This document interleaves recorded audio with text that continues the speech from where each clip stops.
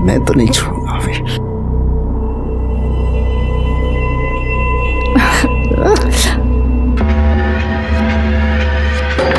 मेघा, दरवाजा खोलो, मैं हूं। मेघा क्या कर रही है? दरवाजा खोल। तू कहा तेरा मर्द भाग गया है तो आ कैसे गया वो? अब मुझे क्या पता, आज तो वो मेरी जान ले लेगा। दरवाजा खोलो मेघा, मेघा दरवाजा खोलो। मेघा, मेघा दरवाजा खोल, मैं हूं। मेघा क्या कर रही है? मेघा क्या कर रही थी तू? हैं? किससे किससे किससे बात हो रही थी? किसी से नहीं। कौन है अंदर? आप बेमतलब का शक करते हैं। अच्छा, कोई नहीं है अंदर? नहीं कोई। मैंने आवाज सुनी किसी की, बोल। अरे कोई नहीं, आपको हो क्या गया बताइए। देर क्यों लगाई दरवाजा खोलने में? कौन है अंदर? अरे कोई नहीं है अंदर। कोई नहीं अंदर? हैं?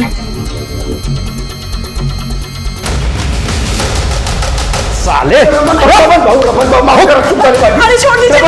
साले तेरे को मेरा ही घर मुंह मारने के लिए क्या कर रहे हो आप? रुक साले। साले तूने मेरे घर में गन फैलाई है, छोड़ूंगा नहीं तेरे को मैं। साले जा करे जो कर रहे जा, हम नहीं आते साले तेरे को छोड़ूंगा नहीं। गोपाल, तू भी ना अब शादी कर ही ले। वही क्यों मेरे पीछे पड़ी है? ये रस्से उलझे हुए मैं सुलझा नहीं पा रहा और क्या शादी करके उलझ जाऊं। अरे मिल गया। अरे तुम दोनों जल्दी आ गए यार। आई मुझे ना बहुत भूख लगी है, खाने में क्या है? जा देख खाने में क्या है अंदर। उज्जवल, ए उज्जवल, ए हाथ भगा रे। उज्जवल, अरे लेकिन हुआ क्या है? साला हलकट रमन के बीवी पे हाथ डाला। क्या भाऊ? उज्जवल नाही आतमध्ये। असा कसा नाहीये? उज्जवल रुक, पकड त्याला, ऐका ना, पकड भाऊ, ऐका। अरे सरपंच जी, उसने बहुत गलत किया सरपंच जी।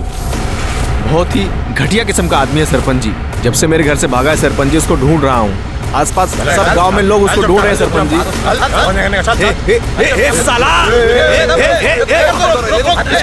इसको छोड़ूंगा नहीं मैं। अरे मेरी बीवी के साथ। बस,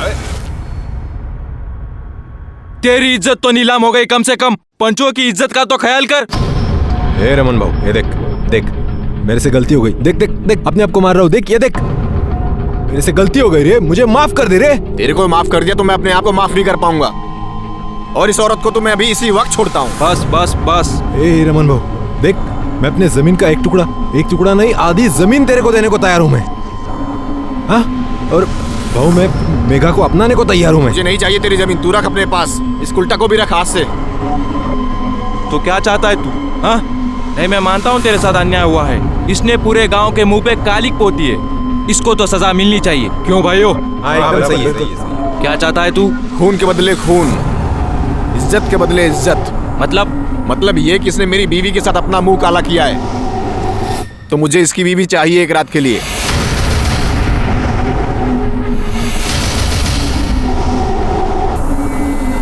ए भाऊ, अरे क्या बोल रहा है ये? दिमाग खराब हो गया इसका। ए रमन, दिमाग खराब हो गया तेरा? खबरदार मेरी वहिनी के बारे में कुछ भी उल्टा सीधा बोला तो साले जबान खींच लूंगा मैं तेरी। तू चुप कर तू। क्या गलत कहा इसने? तू इसकी बीवी के साथ में सोया है, वो अगर तेरी बीवी के साथ में सोना चाहता है तो क्या गलत है? तेरी कर्मों की सजा तेरी बीवी को भुगतनी पड़ेगी। क्यों भाइयों? हाँ एकदम सही है। नहीं, मैं ऐसे किसी फैसले को नहीं मानूंगी। अरे आप सब तो पंच परमेश्वर होते हैं, तो आप सब ऐसे फैसला कैसे सुना सकते हैं? बिल्कुल सुना सकते हैं। आज अगर इसको हल्के में छोड़ दिया तो गांव में हर कोई मर्द किसी दूसरी के बीवी के साथ में, बहन के साथ में कुछ गलत काम कर सकता है। मैं समझ सकता हूँ सजा बहुत कठिन है, लेकिन गांव की भलाई के लिए ये कठिन सजा हमें सुनानी पड़ेगी। और लेकिन गलती इसने की है तो सजा भी इसको ही मिलनी चाहिए ना। हाँ। मुझे क्यों? मैं नहीं मानती इस फैसले को। तूने अगर तेरे पति को सुख दिया होता तो ये किसी दूसरे का घर खराब नहीं करता। गलती तो तेरी भी है, सजा तो तुझे भी मिलेगी। बस लेकिन ये पंचायत है, इथे बायकांना तोंड उडायची मनाई आहे। तो तय हुआ, आज के 2 दिन के बाद रमन सुमन के साथ संबंध बनाएगा और उसके बाद मेघा अपने पति को छोड़ के उज्जवल के साथ जाएगी।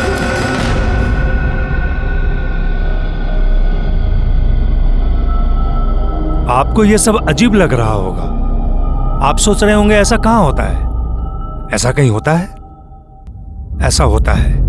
ये आधुनिक युग का एक नया रूप है। आज भी अपने यहाँ औरतों के हक के बारे में छोड़िए, उनके हित के बारे में भी नहीं सोचा जाता। नमस्कार, मैं सीनियर इंस्पेक्टर सुनील केलकर आप सबका स्वागत करता हूँ क्राइम पेट्रोल दस्तक के इस भाग में। जब मेरी पोस्टिंग अजनापुर गांव में थी, उस वक्त मेरे पास ये केस आया था।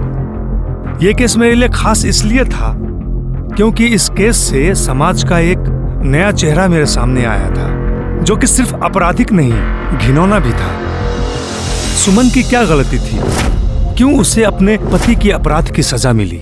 ये पंचों का फैसला है बाबा, इसमें मैं कुछ नहीं कर सकता। मुझे माफ कर दे बस। तू पंचों के कंधे पे रखकर क्यों बंदूक चला रहा है?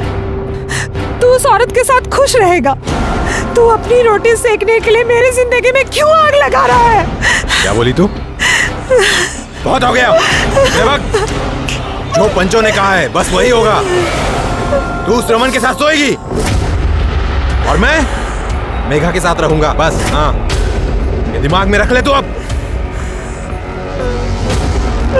ए भाई, अरे जरा सा सोच ले, मैं उस बेचारी को ऐसे मुसीबत में अकेला नहीं छोड़ सकता रे।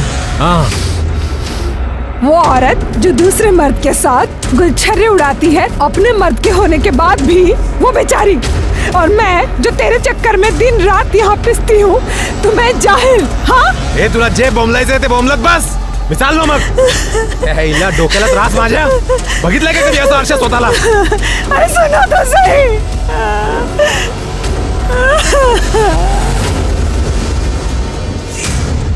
उज्जवल, देख उज्जवल, तू अभी नहीं जा सकता। ये सजा पूरी होने दे, उसके बाद ही तू मेघा के साथ जा सकता है। ठीक है भाऊ, रुक जा इधर।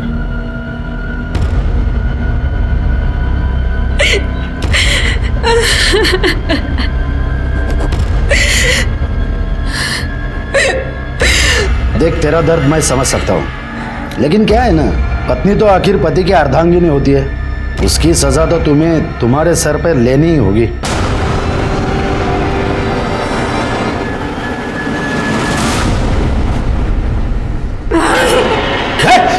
निकल जाओ यहाँ अरे क्या कर रही है? तुम पंच नहीं हो, राक्षस हो। किसी ने भी अंदर आने की कोशिश की तो मैं गला काट दूंगी, मार दूंगी जान से। निकल जाओ, पास नहीं आना। हाँ? पास नहीं आना, ये मेरा घर है। कह रहे उज्जवल, समझाया नहीं था क्या उसको? ये पंचों का अपमान नहीं है, ये परमेश्वर का अपमान है, और इसकी सजा उसको मिलेगी। सुनो गांव वालों, आज से इस परिवार का बहिष्कार करते हैं।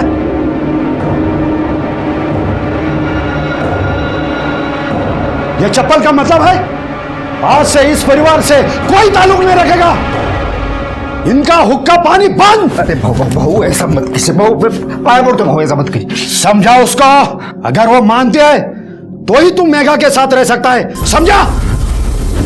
भाऊ ऐका ना माझा, ऐका भाऊ, आप पंच है तो आपका डर होना चाहिए सबके दिल में। हाँ, मेरी बीवी से गलती हुई है ना, तो उसे सजा, एकदम सही कहा आपने, उसे जो चाहे वो सजा दीजिए। हाँ, मैं बीच में बिल्कुल नहीं आऊंगा।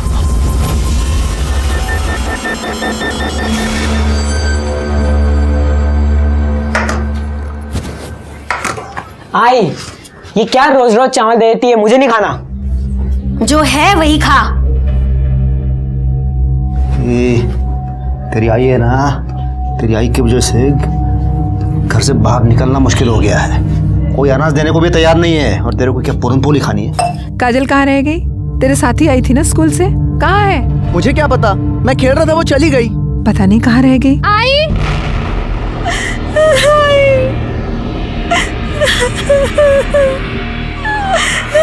क्या हुआ तुझे?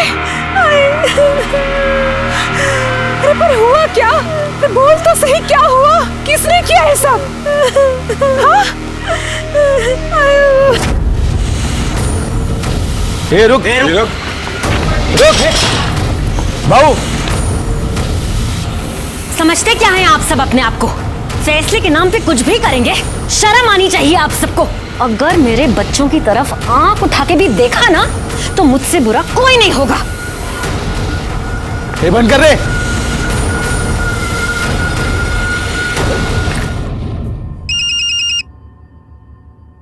रमन जी, सरपंच जी। हाँ बोला सरपंच साहब। तेरी सजा पूरी हो गई, अब तू मेघा के साथ रह सकता है। अरे भाऊ, मैं तुमचा खूप खूप ऋणी है भाऊ। मैं मेरा सामान पैक कर रहा हूँ, तू भी अपना सामान पैक कर ले। सुन, मैं तेरे पास आ रहा हूँ।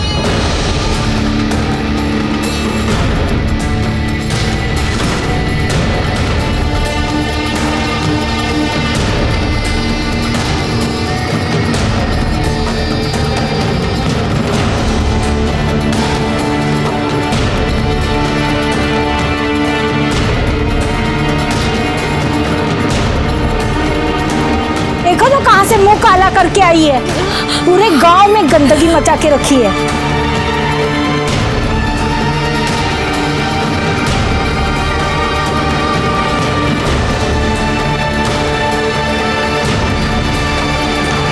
आई आई क्या हो गया?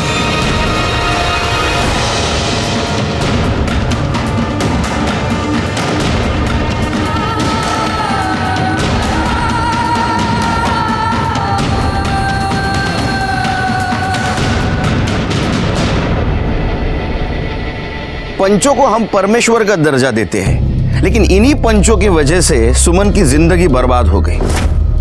अपने अहंकार की वजह से और अपना दबदबा कायम रखने के लिए उन्होंने सुमन पर दबाव डाला। सुमन ने हार नहीं मानी और आखिर में अपनी बात रखने के लिए वो इतने नीचे गिर गए कि इंसान तो क्या, इंसानियत भी शर्मा जाए।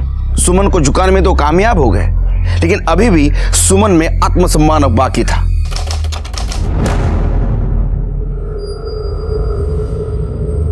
देख देख कैसी औरत है, किसका पाप लेके घूम रही है। पति ने भी छोड़ दिया है इसको। अरे जाए तो, इसका पति रमन की बीबी के साथ रहता है तो इसे भी रमन के साथ चले जाना चाहिए। ए, रुक रुक रे, इधर आ।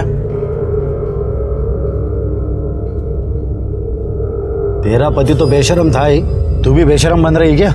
ये पाप पेट पे लेके क्यों घूम रही है? पूरे गांव का माहौल खराब करना है क्या? ये बच्चा गिरा दे।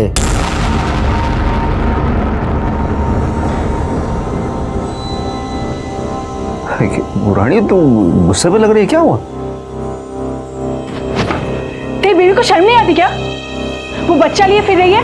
अरे जाने देना, हमें उससे क्या मतलब? तेरी बीवी से मतलब नहीं है, पर उस घर से तो है ना। अपनी बीवी को समझा दे कि इस घर पे आकर के रहे। मेरे को इस कबूतर खाने में नहीं रहने का है। ये रानी, रानी मजा एक नजर है। ये रानी, अरे मैंने उसको कितनी बार बोला है, लेकिन वो बात करने को तैयार नहीं है। मैं क्या करूँ उसको? राव दे, मेरे को सब पता है। ये गुस्सा दिखाना, ये बात न करना, सब नाटक है उसका। अगर जो वो तुझे अपने पल्लू से बांध के रखती ना तो मेरे को इस कबूतर खाने में गुटरगु नहीं करना पड़ता। तू कुछ कर। मैं करता हूँ। अरे रानी, मैं करता हूँ, तुझी शपथ। ए रुक रुक रुक रुक रुक रुक रुक, मैं जीत गया, मैं जीत गया, मैं जीत गया, मैं जीत गया। ए प्रभात, इधर आ। क्या है ये? तेरे बाप का नाम क्या है? ए चुप क्यों हो गया? बता ना, तेरे बाप का नाम क्या है? तेरे बाप का नाम क्या है? नाम? उज्जवल शिंदे। उज्जवल शिंदे। तुझे पक्के से पता है कि तेरे बाप का नाम उज्जवल शिंदे है? नहीं, क्योंकि क्या है कि तेरी आई ना, तेरे को क्या पता वहीं से उठा कर लाई हो जहां से वो बच्चा उठा कर लाई। गुस्सा आ रहा?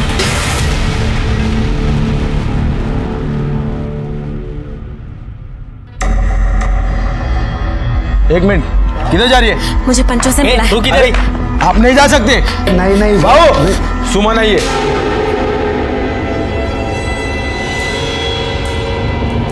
क्यों रे, क्या शोर मचा रही है? काय को आई इधर? मुझे पैसे चाहिए। बच्चा गिराने के लिए?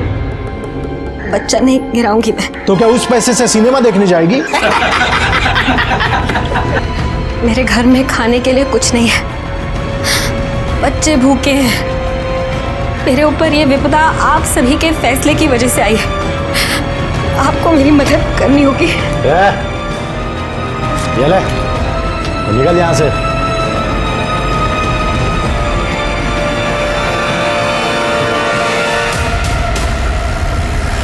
ठीक है ठीक है, नहीं एक बार रहने की व्यवस्था हो जाने दे, उसके बाद में बुलाता हूँ तुम लोगों को।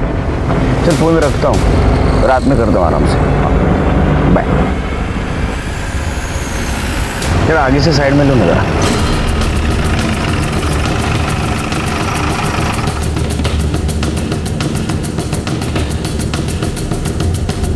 पवार किधर रहते?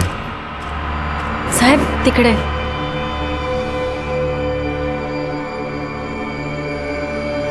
पानी मिलेगा? हो साहब को पानी दे, जल्दी जा। आप झाड़ू बनाने का काम करते हैं? जी।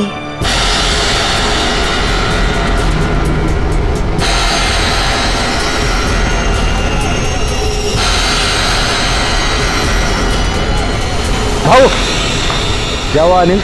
वो सुमन, उसने पुलिस को सब कुछ बता दिया। पुलिस आई थी उसके पास और वो आपके घर की तरफ ही इशारा कर रही थी। इस औरत का कुछ करना पड़ेगा।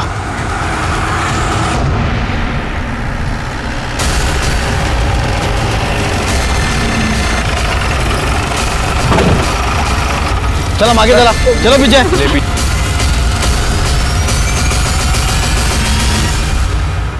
अरे ये तो झाड़ू वाली है। ये तुम्हारी माँ है ना? सर ये देखिए, ये गले पे निशान है। हो सकता है कि गला दबा के मारने की कोशिश की गई हो और जब नहीं मार पाए तो बॉडी को जला दिया, लेकिन बॉडी पूरी तरह से जल नहीं पाई सर। नहीं लेकिन ऐसा आधा नीचे से क्यों जला है? पूरी बॉडी क्यों नहीं जलाई? चेहरा क्यों नहीं जला है? सर हो सकता है काफ़ी जल्दीबाजी में, इसलिए से पाग लगा के भाग गए। नहीं शिरकी, अलग मामला है। मुझे ऐसा लगता है कि इसके पेट में जो बच्चा है उसको भी मारने की कोशिश की है। सर ये घासलेट का डब्बा और ये ढक्कन मिला है, फॉरेंसिक को भेज दो। Okay sir.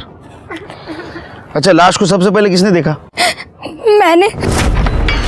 आई आई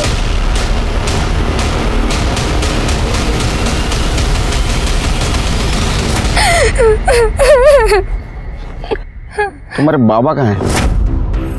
वो तो आई को छोड़कर कब के चले गए अपने घर। अपने घर? हाँ साहब, इसका पति तो दूसरी औरत के साथ रहता है और ये पता नहीं किसका पाप पेट में लेके घूम रही है। शिरके, बॉडी को पोस्टमार्टम को भेज दो। आपकी बीवी का मर्डर हो गया, आप गए नहीं उधर? अरे साहब तुम्हारा माहित नहीं, मैंने उसको कब का छोड़ दिया है। अब वो जिए मरे मुझे उससे कोई फर्क नहीं पड़ता। अच्छा,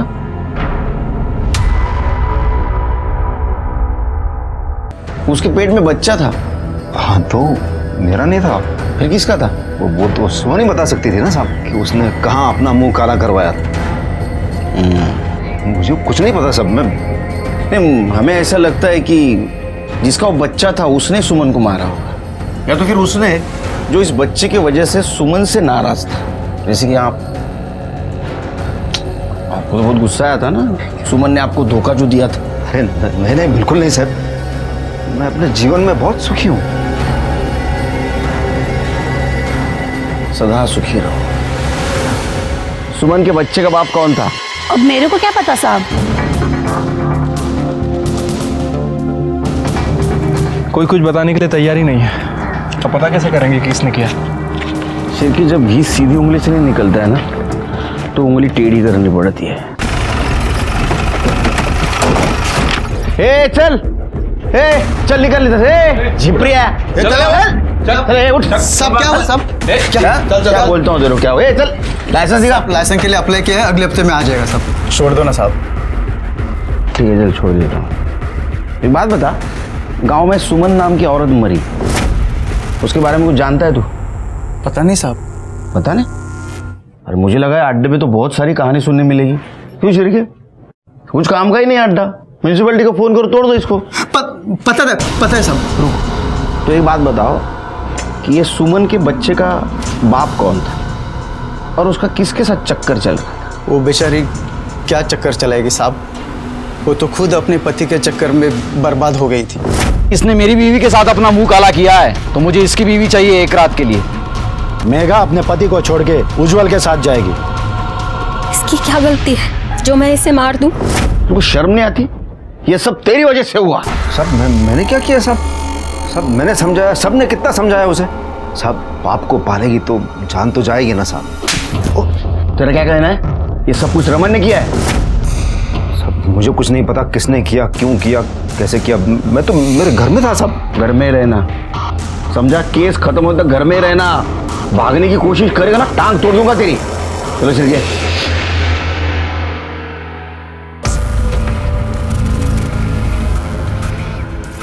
ताई भूख लगी, खाना दो। तुझे समझ नहीं आता? आई मरी है तो मैं क्या करूं? मैं भी उसके पीछे भूखा मर जाऊं?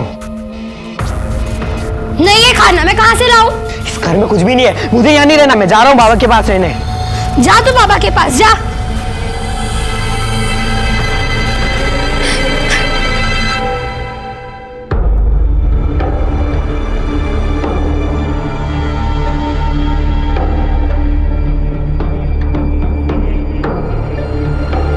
कैसे हो बेटा? ठीक हूँ। क्या सचमुच रमन ने तुम्हारे माँ के साथ कुछ गलत किया था? मेरी आई ने मुझे कभी कुछ नहीं बताया, पर मैं जानती हूँ उस रमन ने मेरी आई के साथ।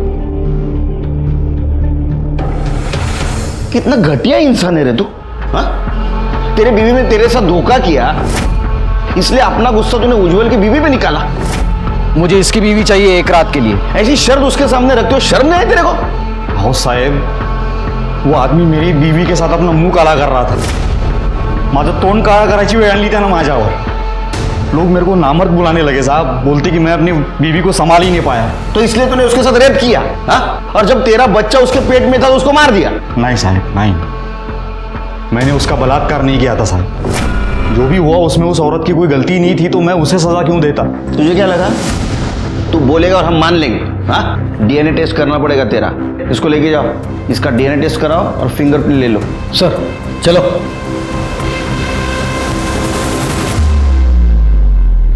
क्या लगता है सर, ये सच बोल रहा था या फिर हमें गुमराह करने के लिए कहानी सुना के गया? तो डीएनए टेस्ट के बाद ही पता चलेगा। शिरके, अगर थोड़ी देर के लिए मान लिया ये सच बोल रहा है, इसने सुमन का रेप नहीं किया, तो ऐसा हो सकता है शायद पंचों में से किसी ने सुमन का रेप किया होगा।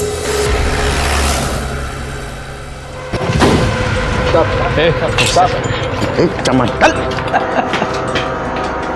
अरे साहब नमस्कार। सुना है आप नए हो यहाँ? वैसे धरती पर 1972 में आया मैं। काय सेवा करूं तुमची? नहीं, सुना है आपने रमन को सुमन के साथ संबंध रखने का फैसला दिया था, ये जानते हुए भी कि ये गैर कानूनी है। हमारा तो काम ही है निर्णय देना। किसने हक दिया आपको? गांव वालों ने।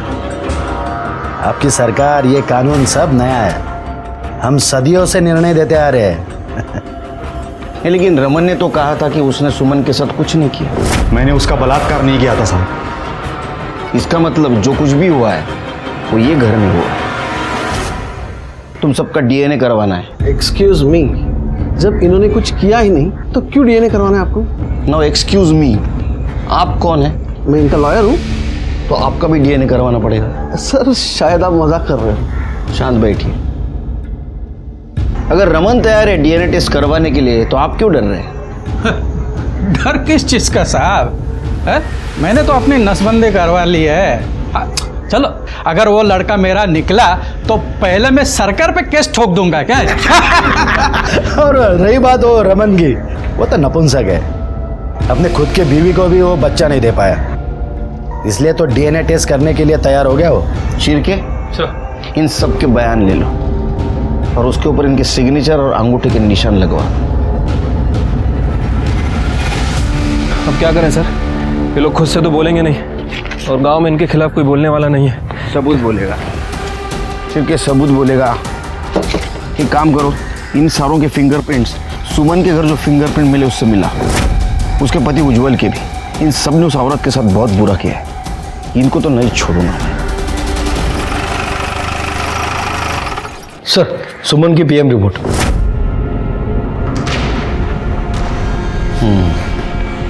छिड़के गला दबाने से मौत हुई है, किसी बारीक रस्सी का इस्तेमाल किया गया है। छिड़के मौत से पहले फिजिकल रिलेशन हुआ है। मतलब सर, सुमन का अफेयर किसी और के साथ भी चल रहा था। उसने पहले सुमन के साथ रिलेशन बनाया और उसके बाद उसे मार दिया। फिंगरप्रिंट का क्या हुआ? सर, उन लोगों ने कंटेनर को काफ़ी अच्छी तरह से साफ किया था, लेकिन हमारी फॉरेंसिक टीम ने कंटेनर के कैप पे फिंगरप्रिंट डिटेक्ट कर लिया है।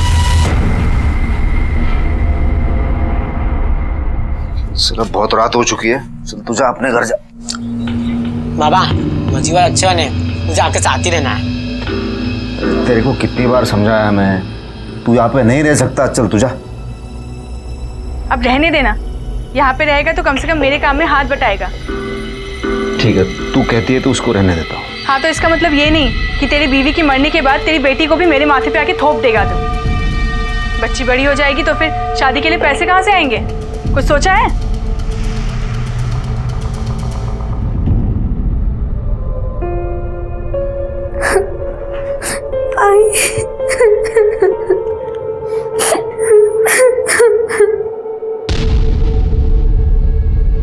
सर प्लीज प्लीज कर दे, तो 2-3 दिवस रजा मांगू नका।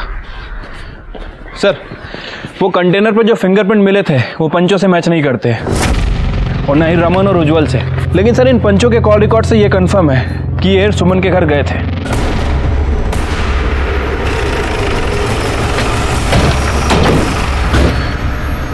दरवाजा खोल। साहब, भाऊ अंदर मीटिंग में बिजी है, वो आपको अभी नहीं मिल सकते। अरे भाऊ को बोलना केलकर साहब आए बिजनेस की बात करने, जा।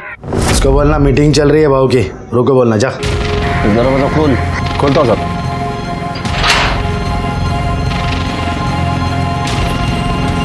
साहब, भाऊ चाट में जो मीटिंग चालू है वो आपको अभी नहीं मिल सकते। छिड़के चलो सर। क्या समझ क्या रखा आपने पुलिस को?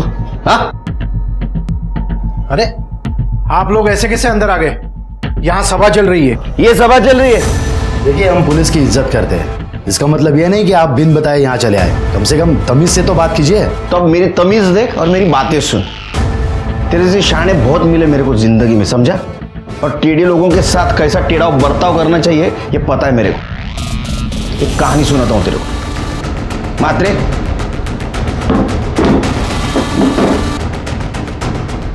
मुंबई में एक गुंडा था, उसने मर्डर किया था, लेकिन उसके खिलाफ हमारे पास कोई सबूत नहीं थे। वो भाग न जाए इसलिए उसके घर में मैंने रेड डाली। क्यों? इसलिए कि ड्रग्स उसके घर में रख पाऊं। ड्रग्स रखे, उसको पकड़ा और लॉकअप में डाल दिया। उसके बाद में सबूत ढूंढना शुरू किया।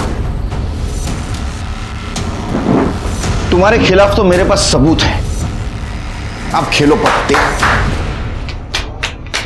जिस दिन सुमन का मर्डर हुआ उस दिन तुम्हारा मोबाइल लोकेशन उसका घर का दिखा रहा है। क्यों? वो हम लोग वहां गए थे। तेरे साथ जो भी हुआ उसमें पंचों की क्या गलती है? तुझे तेरे और तेरे पति के किया की सजा मिली है, इसके लिए पुलिस में क्यों गई तू? पर मैं पुलिस में नहीं गई। मैंने खुद देखा था तुझे पुलिस के साथ। वो तो सिर्फ पता पूछने के लिए आए थे। देखिए साहब, हम पुलिस की इज्जत करते हैं, लेकिन ये गांव का मामला है, इसके बीच में पुलिस आए और बीच में बोले, ये तो सही नहीं है। अरे सीधा सीधा बोलना, हमसे डर गया था तू। तेरे को लग रहा था सुमन हमारे पास आएगी, इसलिए तूने उसके घर पे जाके उसको मारा। देखिए साहब, आपको हमारी बात पे भरोसा तो होगा ही नहीं। उस दिन हम वहाँ गए थे, हमको वहाँ जाते हुए और बाहर आते हुए बहुत सारे लोगों ने देखा है। चाहे तो आप उनसे बात कर सकते हैं। एक बात बताओ, जिस दिन सुमन मरी उस दिन तुम्हारे साहब सुमन के घर गए थे? भाऊ हमारे सामने गए, लेकिन कुछ देर बाद फिर वापस आ गए। सर, इस गांव में पंचों की बड़ी पकड़ है, कोई उनके खिलाफ कुछ बोलेगा नहीं। एक काम करो शिरके, मुझे पूरे गांव के कॉल डिटेल्स निकाल के दो उस दिन के, और उस दिन सुमन के घर के आसपास कौन कौन था ये भी जरा पता करो। ठीक है सर। वैसे सर उस दिन आपने मुंबई में वाकई किलर के घर ड्रग्स रखे थे? शेर के मैं कोई इलीगल काम नहीं करता, और कहानी सुनाना कोई इलीगल काम नहीं है। तुम्हें सुनाओ कहानी? नहीं, चलते हैं सर। पानी इकडे बोल। अरे बाप रे, इतना गुस्सा क्या हुआ? बोल। छोड़ ना। तेरा बेटा बाहर सो रहा है, आवाज जाएगी। अरे वो बह रहा है, वो बोल क्या हुआ? दिल में जो कुछ है वो बोल। इतना सब कुछ करने के बाद भी कोई सुख नहीं है। मेरे को वो घर चाहिए। देता हूँ रानी, तुझे वो घर देता हूँ। छोड़ ना। नहीं तो ऊपर से झोपू माँ। उस औरत के साथ इतनी घिनौनी हरकत हुई, लेकिन किसी को कुछ नहीं पड़ा। सब गूंगे बहरे की तरह जिंदगी बिता रहे। गांव है ना सर, और वो पंचों को लोग बड़ा महान समझते हैं, कोई उनके खिलाफ मुंह खोलेगा भी नहीं। लेकिन सर अब हमारी जिम्मेदारी बढ़ गई है। अब हम कैसे पता करें कि किसने उसे मारा? कुछ ना कुछ कमजोर कड़ी जरूर मिलेगी। चलो मैं निकलता हूँ। जय हिंद सर। जय हिंद। जय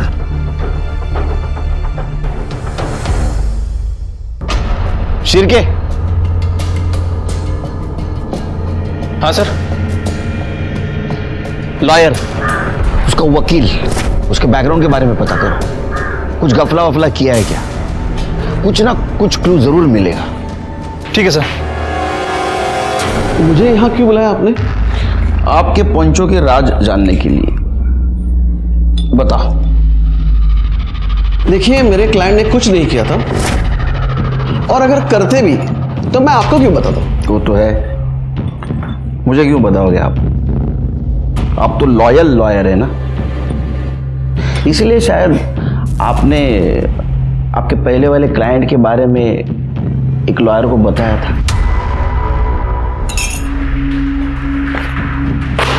देखो सर, सॉरी। पानी पियो।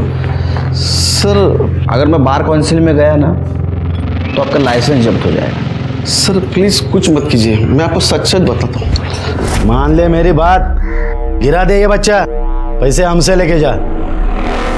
हम पंचों का अपमान किया था उसने, अरे सजा तो मिलने दी उसको। हम सब ने मिलकर सजा दी उसको। इसका मतलब है ये बच्चा आप में से ही किसी का है। अरे ये आप लोगों ने क्या कर दिया? कल को किसी भी वक्त इसका बच्चा प्रॉपर्टी के लिए खड़ा हो सकता है। लेकिन अगले ही दिन उन्हें पता चला कि पुलिस सुमन से मिलने आई थी, और वो बहुत गुस्सा थे। मुझे तो शक है शायद उन 4 जनों ने कुछ किया है।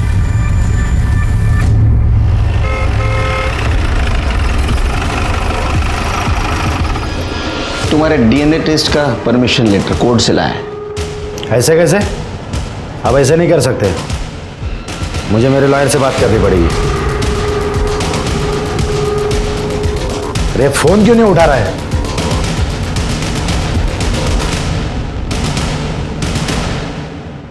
काय कर रे? मुलीला किती % मिळाले? 80% सर. हुशार आहे मुली. जरा चहा सांगा मला. सर तिकडे कुठे? सर ये सुमन के पेट में जो बच्चा था उसका डीएनए सदानंद के डीएनए से मैच करता है। बहुत बड़ा अपराध किया है तूने। तो कौन सा मैंने अकेले ने किया? बाकी लोग भी तो थे।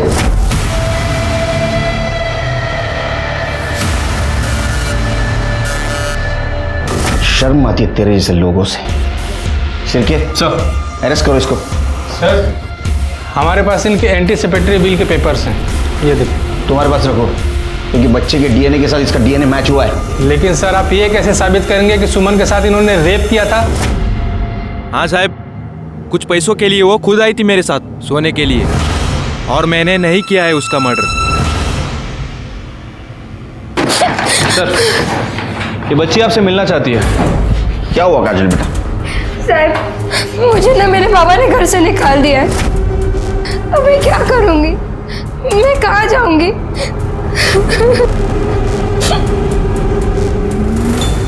बघ माझ्या घरात येऊन माझ्यावर आवाज चढवायचा नाही, सांगतो मी तुला. हे तुझ्या एकट्याचा घर नाही आहे, तेरा अकेले का घर नहीं है, समझे ना तू? हे माझा एकट्याचा आहे. ये मेरा भी अकेले का नहीं है, समझा? तुम्हारे से ज्यादा बड़ी आवाज है मेरी, चुप बैठो। देखो ना साहब, ये बच्ची को घर से बाहर निकाल दिया इसने। क्यों निकाला बच्ची को घर से बाहर? साहब इसको समझाओ ना साहब, ये घर मेरा है। तो बच्ची नहीं तेरी? मैं अपने घर में नहीं रह सकता क्या साहब? नहीं, जब तक केस चल रहा हम डिसाइड करेंगे घर में कौन रहेगा और कौन नहीं। चलो निकलो यहाँ से, तुम रहना बेटी यहीं। अरे लेकिन सब फिर ये कैसे रह सकती है साहब? ये गलत बात है ना। तो तूने जिंदगी में सारी अच्छी बातें की हैं, शिरके कहीं ऐसा तो नहीं कि घर के चक्कर में अपनी बीवी को इसने मार दिया? अरे साहब काय बोलता है साहब? नहीं नहीं नहीं, मीने है सब। चल निकल, हाँ लेके जाओ उसको भी। मेगा मी काहीतरी करतो। हेलो सर, जिस केरोसिन के डब्बे से सुमन को जलाया गया था उसमें गोपाल की उंगलियों के निशान मिले।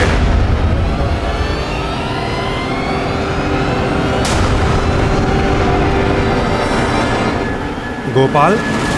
हाँ साहब।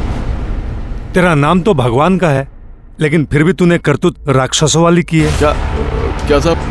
मैं कुछ समझा नहीं, मुझे समझना नहीं माना साहब। चल समझाता हूँ साहब। मैं क्या नहीं कर साहब? साहब ये क्या कर रहा है साहब? मैंने कुछ नहीं किया साहब। क्या हुआ, डर क्यों रहा है? अच्छा ये बता, वो डब्बे के ऊपर जो निशान बने थे वो मिटाने का आइडिया किसका था? सर हमने उनको नहीं मारा साहब। तुमने नहीं मारा? फिर वो तुम्हारी उंगलियां क्या उड़ते उड़ते गई निशान बनाने के लिए? बोल। बताते हैं साहब, बोलते हैं। वही नहीं, छोड़ना यार, सो रही होंगी वो। अबे मैं वही तो चाहता हूँ, मेरे साथ सोए। चाहे तू पण सुधारणार नाही। तू रुक इधर। तू रुक।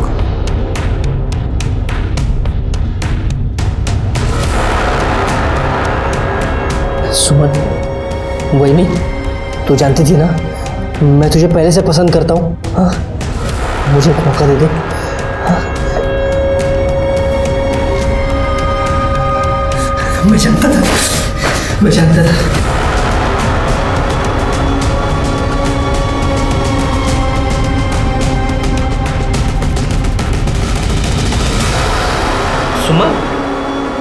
सुमन, वही नहीं।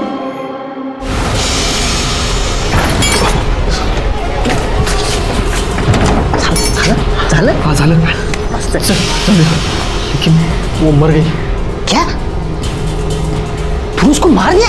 वो पहले ही मर चुकी थी, मेरे को लगा सो रही है। सब कुछ होने के बाद पता चला वो सो नहीं रही थी, वो मर गई थी। तेरे को पुलिस अभी दोनों में फंसाएगी, बलात्कार में भी और खून में भी। क्या करेंगे? तो काम कर, मेरे साथ चल।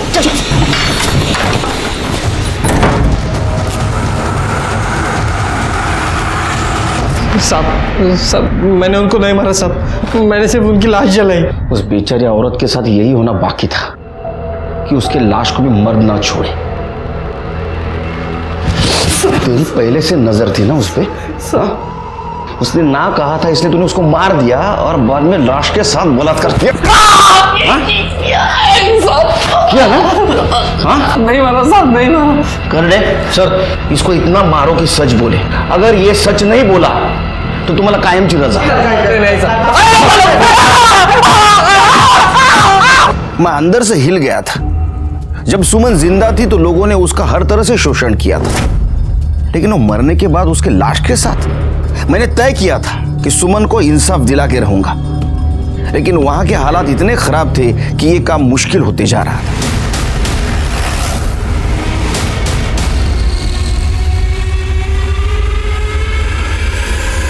सिरके क्या है? हाँ, चलो पीछे चलो।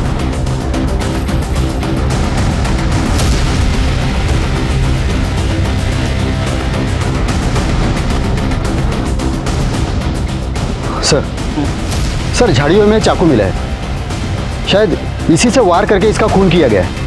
इसके कपड़े वपड़े कुछ मिलेंगे? नहीं सर। कर ले जरा शोधा। सर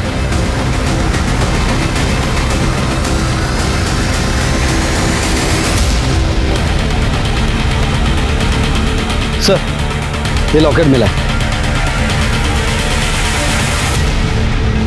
ये लॉकेट मैंने कहीं देखा है।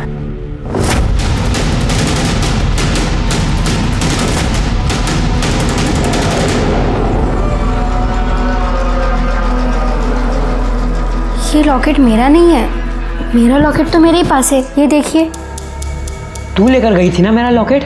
मैंने नहीं लिया था, ये झूठ बोल रहा है। तू नहीं लिया था, आई जैसी झूठी है तू। मैंने नहीं लिया था लॉकेट, तू झूठ बोल रहा है। तू नहीं लिया था, तू झूठ बोल रहा है। तू झूठ बोल रही है। मैंने नहीं लिया था ना लॉकेट।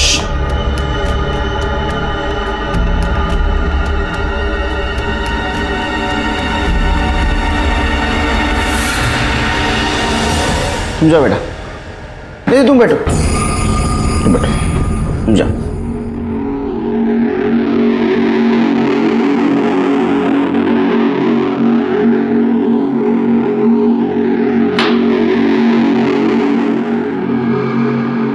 जिस चाकू से रमन को मारा गया उस पे तुम्हारे फिंगरप्रिंट्स पाए गए। क्यों मारा? सर उस आदमी की वजह से सब हुआ था, इसलिए मैंने उसको मार दिया। प्रभात, तू?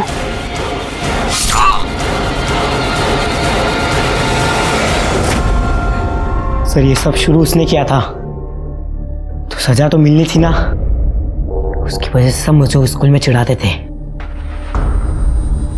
मेरा मजाक उड़ाते थे कि वो मेरा बाप नहीं है, मेरा बाप कोई और है। तुम तुम्हारी माँ से बहुत नफरत करते थे?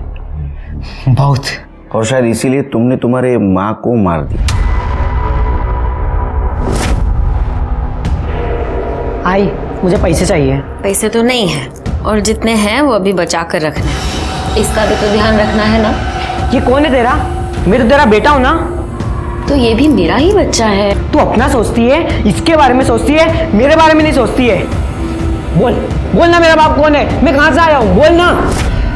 रमन को भी सजा दी है। सबसे बड़ी गलती तो तुम्हारे बाबा ने की थी। अगर आप मुझे नहीं पकड़ते तो मैं उसे भी मार देता। मेरी आई मुझसे प्यार नहीं करती थी। कोई माँ अपने बेटे से नफरत नहीं करती बेटे, वो तो उससे भी उतना ही प्यार करती थी जिसकी वजह से उसे तकलीफ उठानी पड़ रही थी। गलती तुम्हारी थी, और हाँ, रमन ने तुम्हारे माँ के साथ कुछ गलत नहीं किया था। तुम्हें पता नहीं तुम्हारे माँ को कितना दुख सहना पड़ रहा था। प्रभात ने 2 मर्डर किए, एक सुमन का, एक रमन का, लेकिन जुवेनाइल कोर्ट में वो पलट गया। उसने कहा उसने सुमन का खून नहीं किया, इसलिए कोर्ट ने उसे रमन के खून के लिए सजा सुनाई। सुमन के साथ इतना कुछ गलत हो रहा था, पूरा गांव उसके खिलाफ गया था। क्या उसे दस्तक नहीं मिली थी कि उसके साथ कुछ गलत होने वाला है? जब पंचों ने सुमन को रमन के साथ संबंध रखने का दबाव डाला, उसी वक्त उसने पुलिस के पास जाना जरूरी था। याद रखिए, पुलिस, सरकार, कानून आपकी हिफाजत के लिए, जरूरत पड़ने पर उनकी मदद लेनी चाहिए। हमारे आज के एपिसोड की दूसरी कहानी। हमारे राज्य में पिछले साल की तुलना में क्राइम रेट बहुत बढ़ चुका था। हर पुलिस थाने में हर पुलिस ऑफिसर पर बहुत जिम्मेदारी और बहुत प्रेशर होता है लॉ एंड ऑर्डर मेंटेन करने का। हम हर केस में मानसिक और शारीरिक तौर पे जुड़े रहते हैं। ये केस भी कुछ ऐसा ही था जिसने हमें हिलाकर रख दिया था। इस केस में इतनी दस्तकें थी कि असली मुजरिम और उसके मोटिव तक पहुंचने के लिए हमें बहुत मेहनत करनी पड़ी। वक्रतुंड महाकाय सूर्यकोटि समप्रभ निर्विघ्नं कुरु मे देवो सर्वकार्येषु सर्वदा। मंगलम भगवान विष्णु मंगलम गरुड़ध्वज मंगलम पुंडरीकाक्षाय मंगलाय तनोहरे लक्ष्मीकांतं कमलनयनं योग विद्यानगम्य। ओम सोम सोमाय नमः। ओम शांति शांति शांति। आरती,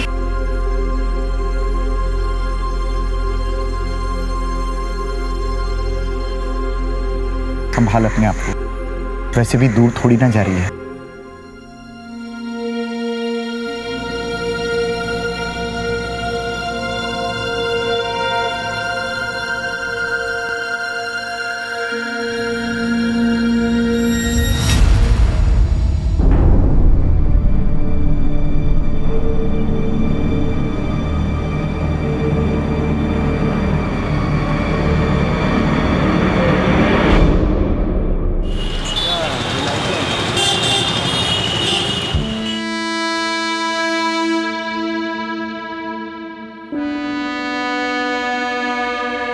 पापा, मैं आपके साथ ही सोऊंगा।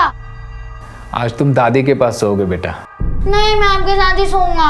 आश्रय, कल तुम पक्का हमारे साथ सोना। मेरे प्यारे बच्चे हो ना, मेरी बात मानते हो ना? ठीक है, आज मैं दादी के साथ सो जाता हूँ, लेकिन कल आपके साथ और नहीं मम्मी के साथ ही सोऊंगा। पक्का मेरा प्यारा बच्चा। चलो दादी राह देख रही होगी।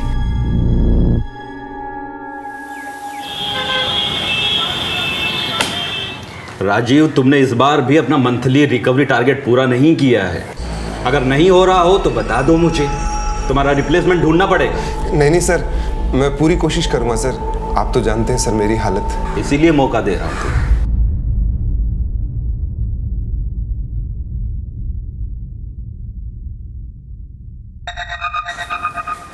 पापा, प्रिंसिपल ने बुलाया है आपको। हाँ, मेरे पास भी फोन आया था लेकिन मैं उठा नहीं पाया। ऐसे किसने फोन किया था? स्कूल वालों ने 200 रुपए मंगवाए हैं साइंस प्रोजेक्ट के लिए। बेटा आज तो नहीं है, 1-2 दिन बाद तो चलेगा। मैं बाथरूम जाके आता हूँ।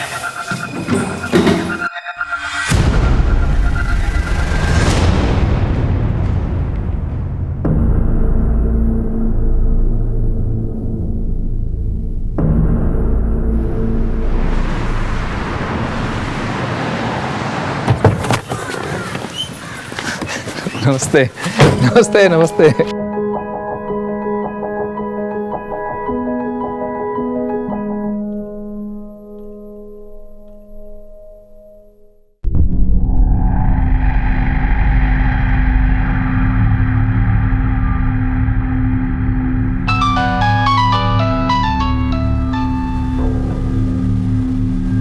बार बार फोन मत कर। तेरे को बोला ना काम होने के बाद फोन करूंगा मैं। हैं? इतना गुस्सा मत कीजिए, बनने वाला काम भी बिगड़ जाएगा। ये लीजिए। हाँ हाँ जानता हूँ सब। इस बार ये वसूली का काम नहीं हुआ तो कुछ और करना पड़ेगा। संभल के जाइएगा।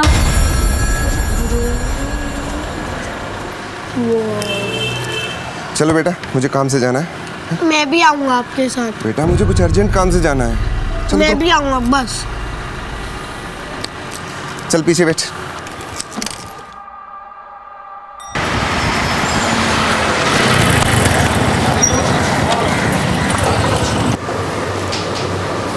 चलो बेटा तुम यहाँ बैठो, मैं अंदर से आता हूँ।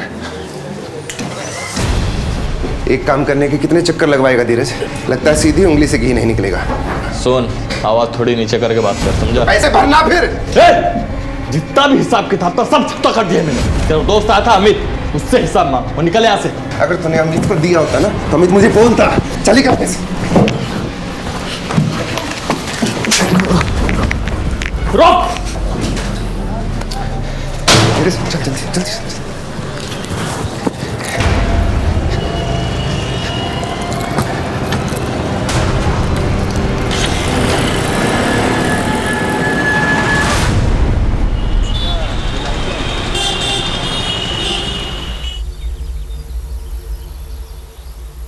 सर ये रेखा जी कलराज सिंह के पति राजीव और बेटा राहुल गायब है। बैठिए। क्या काम करते हैं आपके पति? सर वो रिकवरी एजेंट है, वसूली पर निकले थे। कहाँ गए थे वसूली के? सर वो तो नहीं पता, पर अपने पार्टनर अमित से मिलने वाले थे, वहाँ पर भी नहीं पहुँचे। और ये उनके ऑफिस का नंबर है। कह के गए थे कि यहाँ जाने वाले, पर यहाँ पर भी नहीं पहुँचे। अपने बेटे को साथ में लेके निकले थे वसूली के लिए? सर वो तो अक्सर राहुल को साथ लेके जाते हैं। किसी से दुश्मनी वगैरह? सर इनका काम ही ऐसा है, आड़े टेढ़े लोगों से पाला पड़ता ही रहता है। आप चिंता मत कीजिए, हम पता करने की कोशिश करते हैं, ठीक है? और अगर आपको भी कुछ पता चले तो प्लीज हमें बताइए। इन्हें बाहर लेके जाइए। सर एक रिकवरी एजेंट वसूली के लिए अपने बेटे को साथ में लेके क्यों जाएगा? ये बात मैं भी सोच रहा। खैर ऑफिस में पता करो और उसके दोस्त से पूछताछ करो, जरूर कुछ ना कुछ पता चलेगा। सर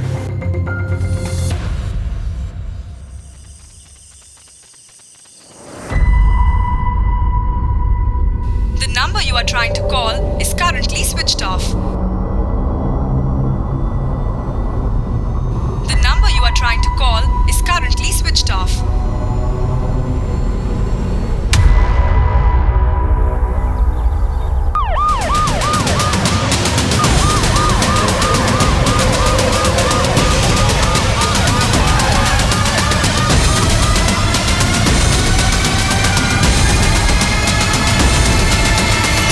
ये देखिए साहब, हम इस तरफ से जा रहे थे, देखा तो लाश पड़ी हुई थी यहाँ पे। ये तो राजीव है। सर पर चोट का निशान है, लगता है मौत इसी चोट की वजह से हुई है। वैसे बॉडी को देख के लगता है कि मरने से पहले इसने काफी स्ट्रगल किया होगा। वसूली के लिए निकला था और यहाँ आकर मारा गया। इसके साथ इसका बेटा भी था। तुमने किसी बच्चे को देखा? नहीं साहब। सर राजीव के ऑफिस से पता चला है कि आखिरी बार वो वसूली के लिए किसी वर्मा नाम के बिजनेसमैन के पास गया था, और वर्मा के ऑफिस से पता चला कि वो भी अब गायब है और उसका फोन भी स्विच ऑफ है। कहीं ऐसा तो नहीं कि मर्डर उसी से लिंक्ड हो? गणेश नगर इस जगह से काफी दूर है। इसके साथ इसका बच्चा भी था। कहीं से मार के इसके बच्चे को तो ही उठा के ले गए, या फिर इसके बच्चे को भी यहाँ पर मार कर रख दिया। आसपास का एरिया चेक करो और लोगों से पूछताछ करो। क्या सर? इसके कॉल डिटेल्स निकालो, देखो आखिरी बार किससे बातचीत हुई इसकी। सर ये वसूली वालों के आए दिन लोगों से पंगे होते रहते हैं। मर्डर वसूली के लिए हुआ है कुछ और, ये पता लगाना होगा। इसके क्लाइंट का क्या नाम था? वर्मा सर। उसका मोबाइल ट्रैकिंग पे डालो और उसके ऑफिस और घर पे नजर रखो। इसकी पत्नी और इसके दोस्त अमित को इन्फॉर्म करो। Right sir.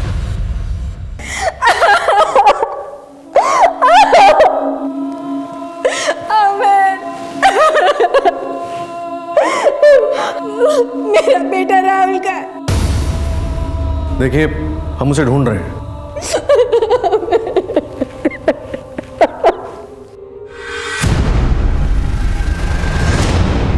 सर रेखा की हालत मुझसे देखी नहीं जा रही है, प्लीज कुछ कीजिए सर। राजीव का आखिरी कॉल तुम्हें ही आया था ना? लेकिन वो आया ही नहीं, लगता है अपने पर्सनल काम से कहीं चला गया। ये वर्मा का राजीव से क्या झगड़ा था? वो राजीव को मार सकता है? इस पर मैं क्या बोल सकता हूँ, हमारा काम ही ऐसा है। सर वर्मा के बारे में कुछ पता चला? वो तो हम पता कर लेंगे, फिलहाल तुम रेखा जी का ख्याल रखो।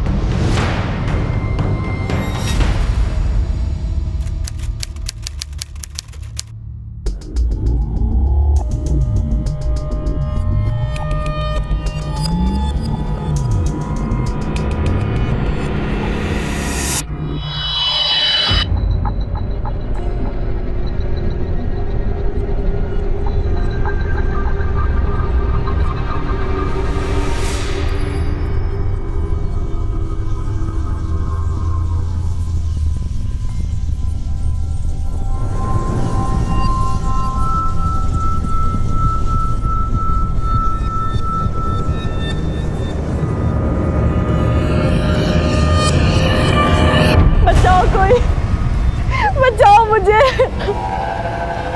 बचाओ मुझे। जला दे वो मुझे मार देगा।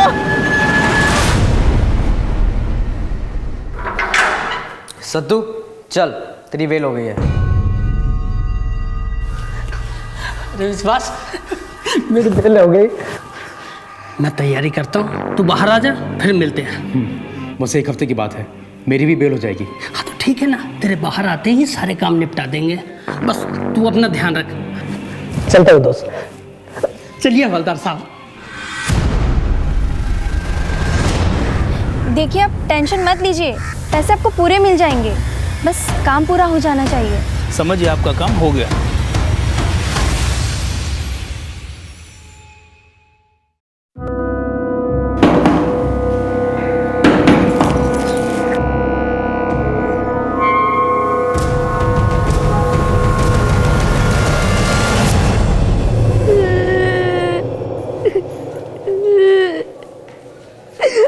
क्या हुआ? फिर कहाँ चली गई तुम्हारी माँ? कहीं गई है। यहीं कहीं होगी, रो मत। आरती, आरती, आरती। भाभी, भाभी, क्या हुआ? देखो क्या हो गया।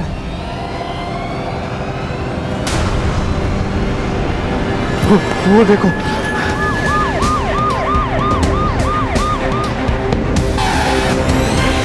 सर लगता है कोयते जैसे किसी धारदार हथियार से मार किया गया। आप कौन? मेरी ननद नहीं, मैं घर पर ही थी, कुछ काम से अपने कमरे में गई थी तो उस तरफ है हमारा घर। किसी ने कुछ देखा? साहब हम लोग खेत की तरफ जा रहे थे, तब देखा लाश यहाँ पड़ी हुई थी। आते जाते किसी को देखा था? नहीं साहब। और आप? मैं आरती का भाई रजत।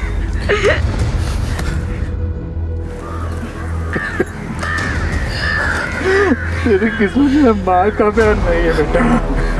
ये कौन? आरती के पति अंकित। 15 दिन पहले ही दोनों की शादी हुई थी। शादी के बाद आरती पहली बार मायके आई थी। और उसका मर्डर हो गया। इन दोनों के बीच में सब कुछ ठीक था? हाँ, दोनों बहुत खुश थे। और ये बच्चा उसकी बहन का है? ये अंकित की पहली पत्नी का बच्चा है। दुबे, लाश को सिविल हॉस्पिटल भेजो और पोस्टमार्टम रिपोर्ट जल्दी से निकालो। ओके?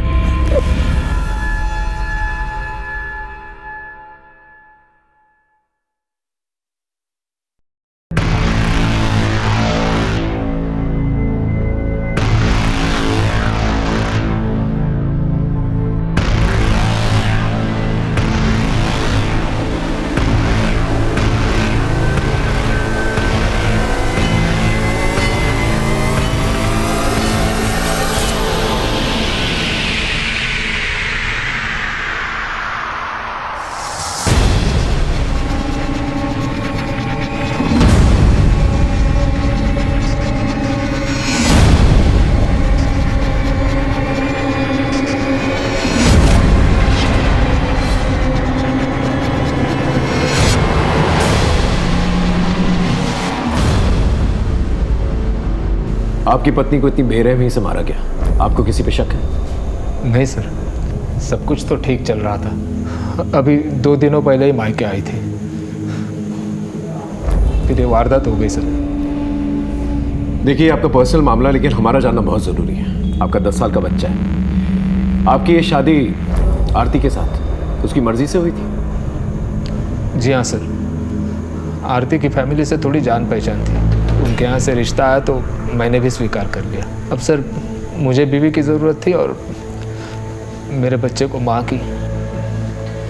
ठीक है, आप जान सकते हैं। जैसे हमें कुछ पता चलेगा हम आपको बताएंगे।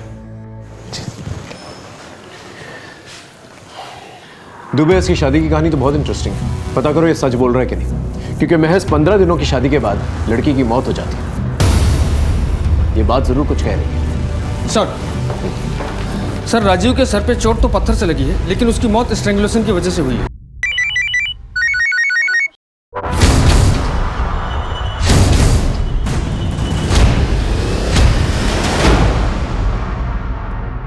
जिस थाने में मैं था वहां पर 25 केसेस ऑलरेडी एक्टिव थे, लेकिन जिस पर्टिकुलर केस की मैं बात कर रहा हूं वो सबसे ज्यादा कॉम्प्लिकेटेड था और इंक्वायरी के दौरान ये बात सच भी साबित हो गई। हम एक साथ 2 मर्डर केसेस सॉल्व करने की कोशिश कर रहे थे, जो कब और कैसे जुड़ने वाले थे इसका अंदाजा हमें भी नहीं था। कहाँ है बच्चा?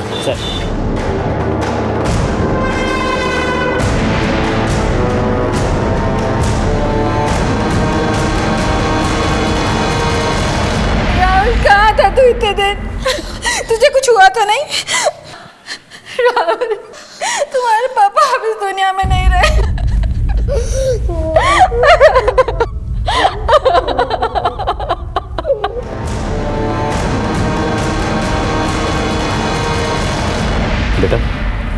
बेटा तुम वहां कैसे पहुंचे? पापा ने मुझे एक शॉप पे छोड़ के चले गए। अब सुनो, तुम यहाँ आधे घंटे बैठो, मैं भी आता हूँ। और भूख लगे तो कुछ खाना खा लेना, ठीक है? कहीं जाना मत। मैं उनका वेट करता रहा, पापा नहीं आए तो मैं उन्हें ढूंढने के लिए चला गया और ढूंढते ढूंढते वहाँ पहुँच गया। पापा किसी के साथ थे? अकेले थे। कुछ बताया किससे मिलने जा रहे थे? नहीं सर। अच्छा बेटा, इससे पहले तुम वहां पहुंचे, क्या हुआ था? क्या तुम वर्मा अंकल के ऑफिस में गए थे? जी सर, वहाँ पापा का वर्मा अंकल के साथ झगड़ा हो गया था। अगर तुमने अमित को दिया होता ना तो अमित मुझे बोलता। चली कर कैसे?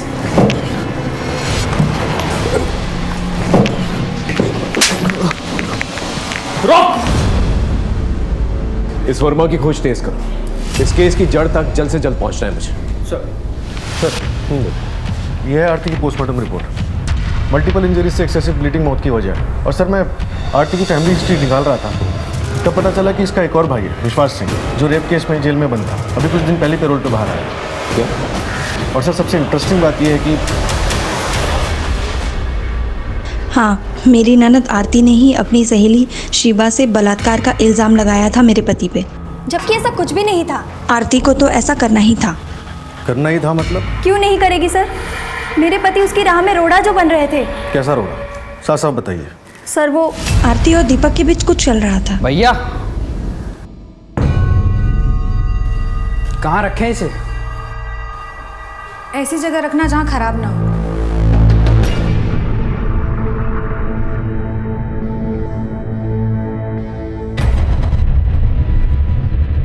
छोड़ो भैया आ जाएंगे। अरे कहाँ भैया है? दीपक, तेरी 2 कौड़ी की औकात नहीं, हमारे घर की इज्जत पर हाथ डालता है। आंखें निकालूंगा मैं तेरी। चल चल निकल यहाँ से। क्या हुआ? और दोबारा दिखाई मत पड़ना। और तू?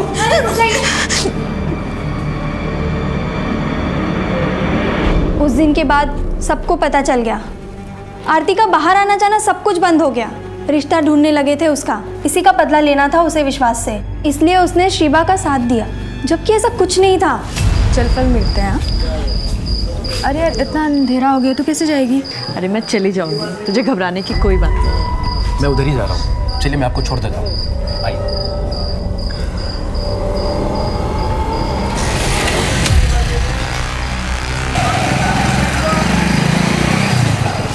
आपके पति फिलहाल जेल से बाहर है, पैरोल पे।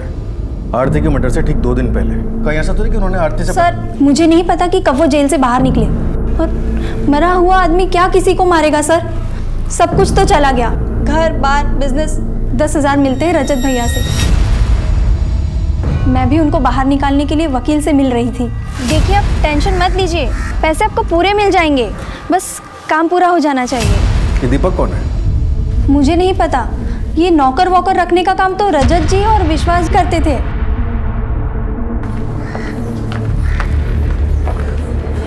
इस घर पे नजर रखो, विश्वास जेल से बाहर है, यहाँ जरूर आएगा। Yes sir.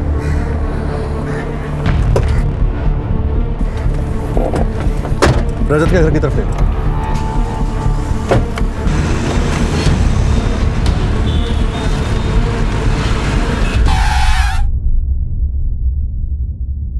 परिवार की इज्जत बचाने की खातिर इस मामले को दबाने की बहुत कोशिश की, लेकिन दीपक के प्यार के चक्कर में पड़ के आरती उसके साथ भाग जाना चाहती थी।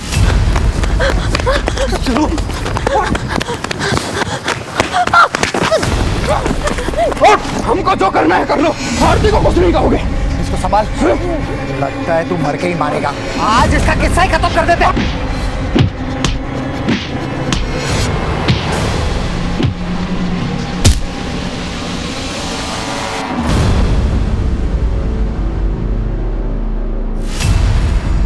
मामला इतना बढ़ गया था कि पंचायत तक पहुंच गया। अपनी मर्यादा लांघने के आरोप में पंचायत दीपक को ये आदेश देती है कि इस गांव में दोबारा वो दिखना नहीं चाहिए। अगर वो पंचायत के फैसले के विरुद्ध गया तो अपनी जान गंवा बैठेगा। चल माफी मांग और चला जाए यहाँ से। माफ कर दो सरपंच जी। सर हमारी बहुत बेइज्जती हो गई थी। गांव में कोई आरती से शादी करने को तैयार नहीं था, इसलिए अंकित से उसकी शादी तय कर दी। हमने उसे बहुत समझाया और फिर बाद में वो खुद ही मान गई। भैया हमें माफ़ कर दीजिए, हमें आपका फैसला मंजूर है। आपने अपने छोटे भाई विश्वास के बारे में नहीं बताया। इसमें बताना क्या है? विश्वास जेल में है और उसका इस सब मामले से कुछ लेना देना नहीं है। विश्वास फिलहाल जेल से बाहर है, पर वो आप लोगों से मिलने नहीं आया। और जिसके साथ वो जेल में था, सत्तू, उसकी रिहाई आरती के मर्डर के कुछ दिन पहले ही हुई थी। इस सत्तू पर 4 मर्डर के आरोप है। लेकिन विश्वास ऐसा क्यों करेगा? क्योंकि आरती की सहेली शिवा ने विश्वास के ऊपर रेप का आरोप लगाया था और आरती ने खुद इस बात की गवाही दी थी। इसके बिना पे विश्वास को जेल हुई। मैं ये बात कभी भी नहीं मान सकता कि विश्वास अपनी बहन का कत्ल कर सकता है या करवा सकता है। दीपक इस वक्त कहाँ है? दीपक का तो पता नहीं, लेकिन उसके बाप का पता मालूम है।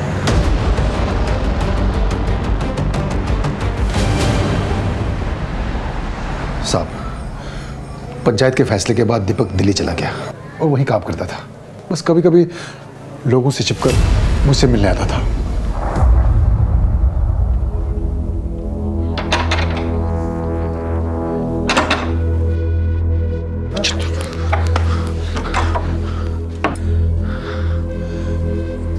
बेटा, तू इस तरह जान जोखिम में डाल के मत आया कर। किसी को पता चल गया ना, अनर्थ हो जाएगा, अनर्थ। कौन?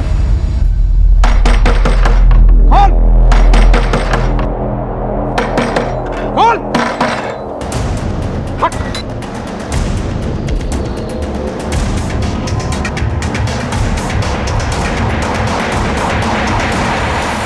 बस उस दिन से न दीपक दोबारा आया और ना ही उसकी कोई खबर आ गई। क्या हुआ था दीपक के साथ? साहब सोच के ही दिल घबरा जाता है। मुझे तो लगता है कि उन लोगों ने मार दिया होगा दीपक को।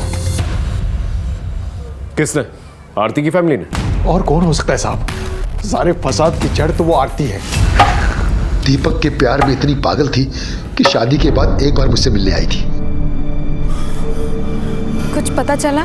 सब कुछ तो चला गया, अब क्या बाकी रहा?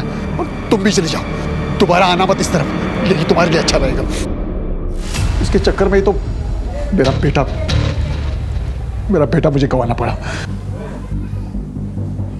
ठीक है, आप मिसिंग कंप्लेंट दर्ज कराइए, बाकी हम देखते हैं। ठीक है साहब।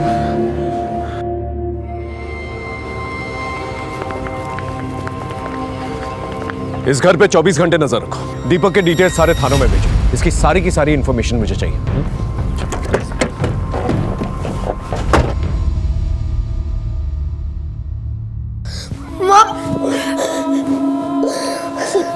माँ मैं बहुत बुरा हूँ माँ।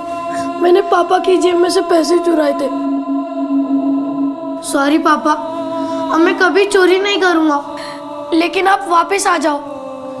मुझे पैसे नहीं चाहिए, मुझे पापा चाहिए। पापा प्लीज।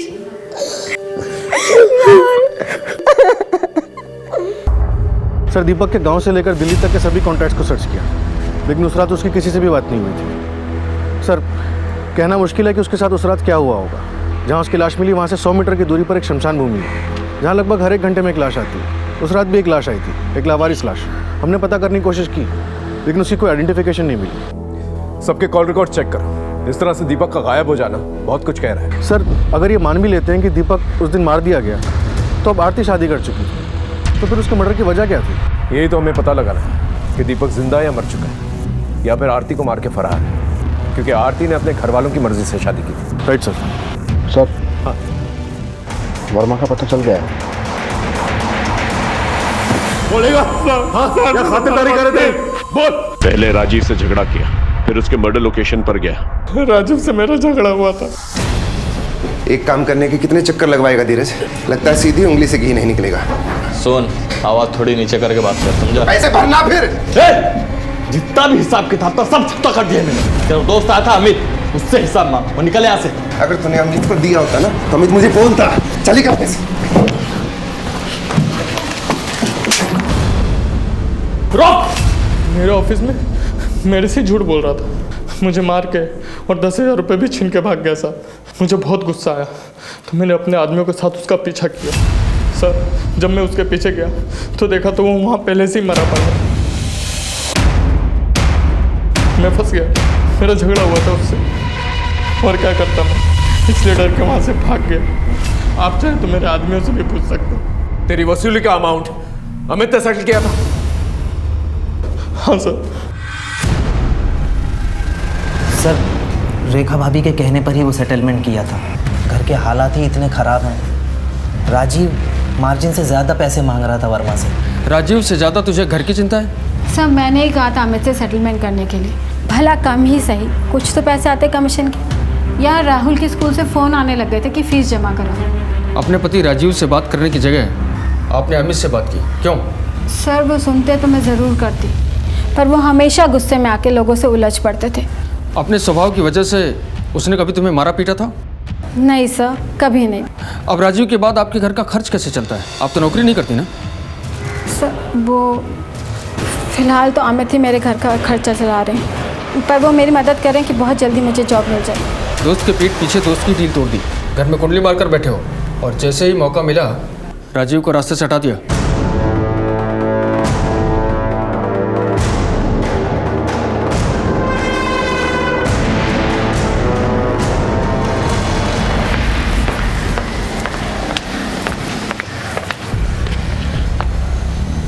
लगता है बच्चा कुछ न कुछ जानता है। एक बार इससे सीक्रेटली मिलना पड़ेगा।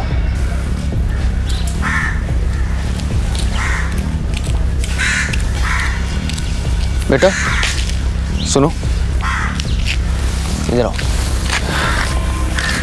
घबराओ मत। चॉकलेट खाओगे? ये लो, तुम्हारे लिए। अरे लो, ये तुम्हारे लिए है। अच्छा ये बताओ, उस दिन तुम अपने पापा के बारे में शायद कुछ बताना चाह रहे थे। बताओ क्या बात थी? बिल्कुल मत घबराओ, बोलो बोलो।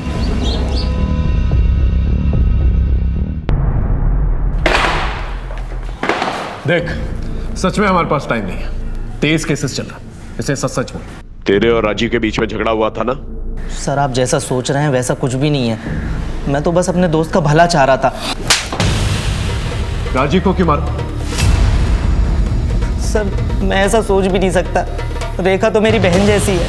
आप मोहल्ले में किसी से भी पूछ सकते हैं। पूछेंगे और जानेंगे भी कि तेरी दोस्ती में कितनी सच्चाई है और कितनी मिलावट है। केस में रोज नए नए राज खुल रहे थे, लेकिन हाथ में कुछ भी नहीं आ रहा था। एक तरफ आरती का मर्डर केस था तो दूसरी तरफ राजीव का। हमने कई बार ऐसे पैरेलल केसेस सॉल्व किए।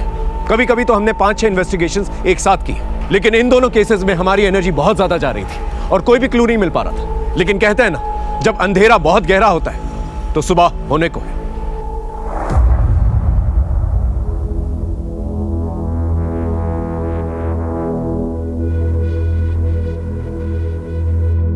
सर आपका अंदाजा सही निकला। दीपक को लेकर जो कुछ भी आपने सोचा था वो ठीक उसी तरीके से हुआ।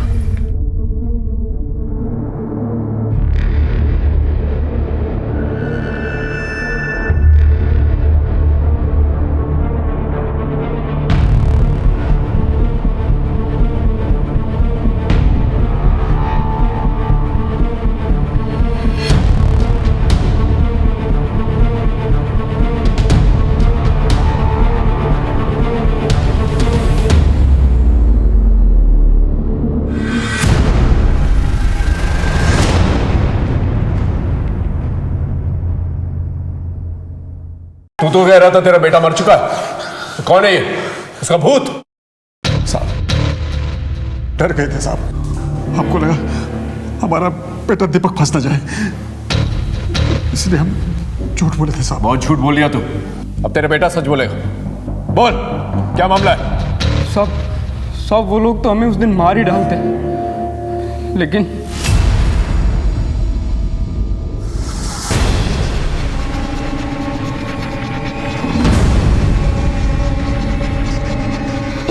भाई अरे इसे छोड़ दो, मेरा इकलौता बेटा, इसे छोड़ दो, इसे छोड़ दो, इसे माफ कर दो।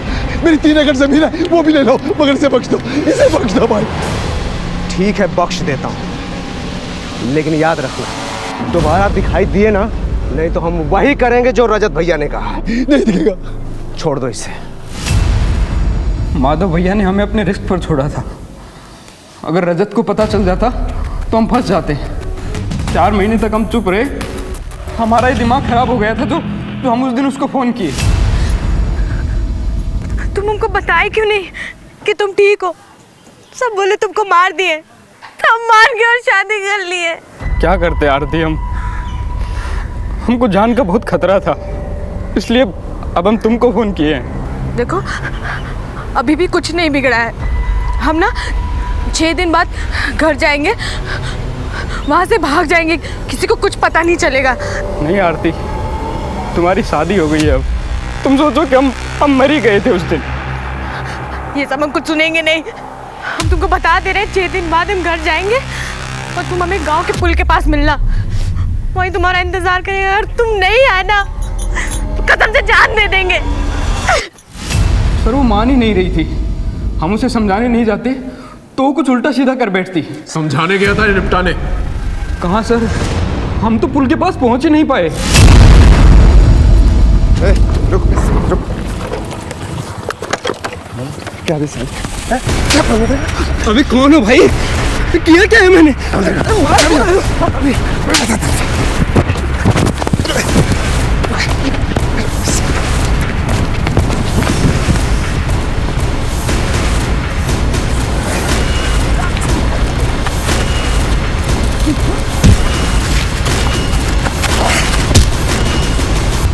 कहाँ की बात है? सर वो हवनपुर के पीछे वाले जंगल की।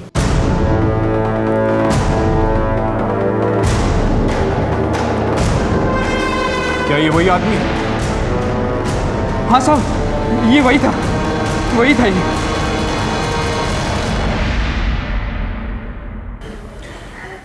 क्या आप लोग इसे पहचानते हैं? नहीं सर, लेकिन क्यों? क्योंकि इसे मारने के लिए राजीव गया था और फिर राजीव ही मर गया।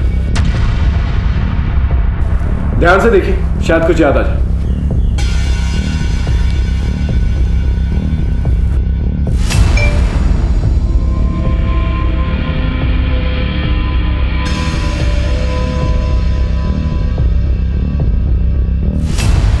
हाँ सर, अब याद आया। इस आदमी की फोटो तो मैंने राजीव के मोबाइल पर देखी थी कुछ दिन पहले। राजीव का केस सुलझते सुलझते और उलझ गया था, लेकिन इतना तो तय था कि आरती और राजीव के मर्डर्स को रिलेटेड थे। आरती के मर्डर केस के अंदर रजत की तरफ से ऑनर किलिंग और विश्वास की तरफ से रिवेंज की दस्तक आ रही थी। रास्ता सामने होते हुए भी हमें दिख नहीं रहा था, क्योंकि अभी भी पूरी तरह से धुंध छटी नहीं थी।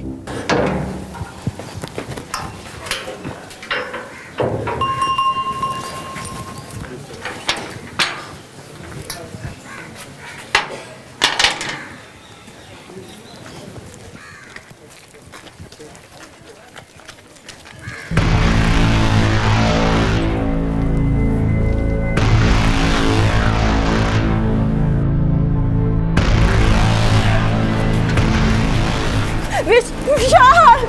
विशाल!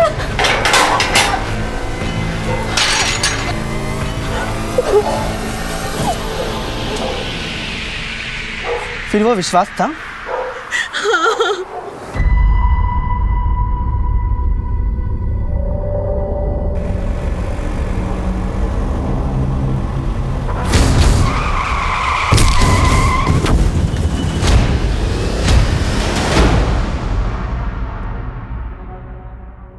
सर, राजीव के फोन में ये नंबर मिला है।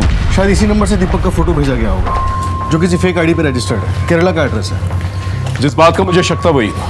दीपक को ये नंबर दिखाओ, पता करो ये किसका नंबर है। हम रिवर्स ऑर्डर में ट्रैक करेंगे। Okay sir. सर एक बात और, साहिलाबाद से खबर आई है कि विश्वास ने शिवा पे हमला किया है। क्या?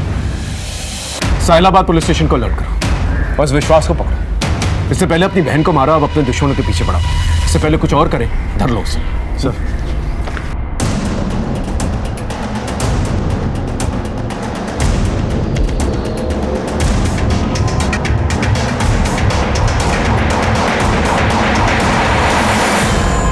हाँ तो विश्वास कानून को चकमा देके अपने बदले पूरा करता फिर रहा है।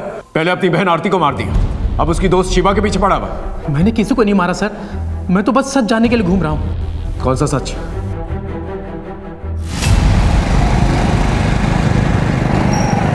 सीधे घर ही चलेंगे क्या?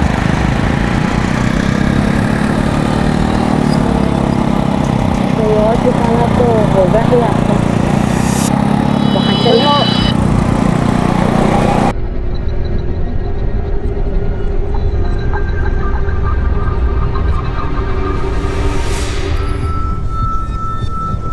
हम बहक गए थे सर, लेकिन शिवा ने सब कुछ प्लानिंग के साथ किया ताकि वो मुझे फंसा सके। वो भला तुझे क्यों फंसाना चाहिए? सर, ये पूरा खेल मेरे बड़े भाई रजत का खेला हुआ है। मैं कारोबार संभाल रहा था और उसने मुझे झूठे इल्जाम में फंसाकर अंदर करवा दिया। वो बाहर लाखों कमा रहा है और मेरे बीवी बच्चों को क्या मिल रहा है? बस 10,000 रुपए की भीख। तुम इतने यकीन से कैसे कह सकते हो? सर, इससे बड़ा सबूत क्या होगा कि वो मुझसे मिलने के लिए जेल भी नहीं आया, नहीं मेरी बेल करवाई। आरती को उसी ने मरवाया है सर। हम पर जानलेवा हमला भी इसी बात का सबूत है।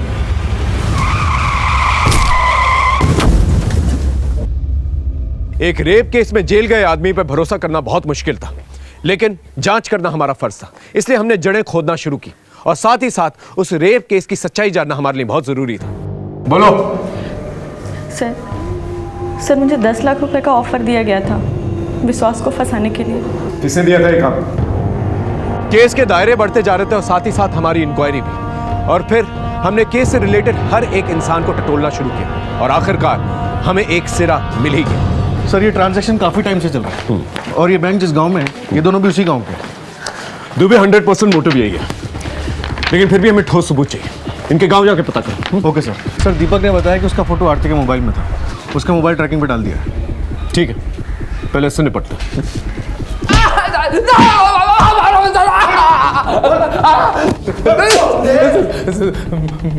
बताता हूँ सब बताता हूँ, सब मारिए साहब। ये सच है कि वो अकाउंट मेरा है, हम एक ही गांव के रहने वाला है साहब, तो उसने हमारी मदद कर दी थी, इसमें बुराई क्या है साहब? बुराई अकाउंट में पैसे मंगवाने में भी है और राजीव की मर्डर लोकेशन में जाने में भी। मैंने कहा था साहब, ये ऐसे नहीं बोलेगा, अच्छे से कूटे से फिर बुलाना मुझे। हमें तेरे कॉल रिकॉर्ड से पता चला है कि तू राजीव के मर्डर लोकेशन पर गया था। साहब ये मैं आरती से सच में प्यार करने लगा था। मेरा बच्चा आश्रय उसे अपनी सगी माँ मानने लगा था साहब। मैं किसी भी हालत में उसको खोना नहीं चाहता था, लेकिन वो दीपक फिर से उसकी जिंदगी में आ गया था। तुम उनको बताए क्यों नहीं कि तुम ठीक हो? आरती किसी भी वक्त मुझे छोड़कर जा सकती थी साहब। जब वो राजीव दीपक को मारने के लिए गया तो मैं भी उसके पीछे गया था, ये सोच के कि राजीव दीपक को मार देगा, मैं राजीव को मार के सबूत मिटा दूंगा। लेकिन सब उल्टा हो गया साहब। वो दीपक राजीव को घायल करके वहाँ से भाग गया। मैंने सोचा फिर भी राजीव को मार देता, क्योंकि इल्ज़ाम दीपक पर आएगा और वो सारी जिंदगी जेल में सड़ेगा। राजीव को सुपारी दी मारने के लिए और फिर उसे ही मार दिया। आरती को भी तू नहीं मारा ना? आरती की हत्या से मेरा कोई लेना देना नहीं। मैं मानता हूँ कि राजीव की जान मैंने ली थी, लेकिन सुपारी मैंने नहीं दी थी साहब। तूने नहीं दी तो फिर किसने दी?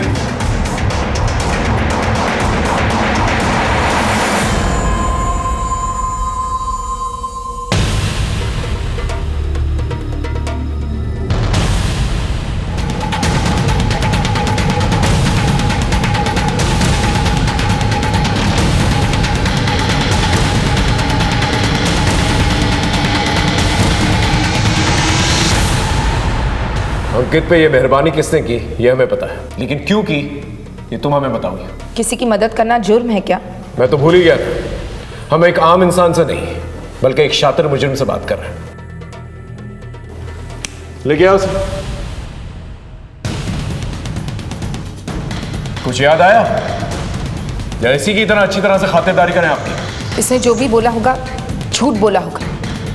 इनफैक्ट एक दूसरा इंसान भी है जिसने सच की परतें और खोली है, उसे भी ले गया। बताओ इन्हें जो कुछ भी हमें बताया। शादी करके अपना घर बसाना चाहती हो ना, लेकिन घर बसाने के लिए अच्छे खासे पैसे लगते हैं, ये तो तुम जानती होगी।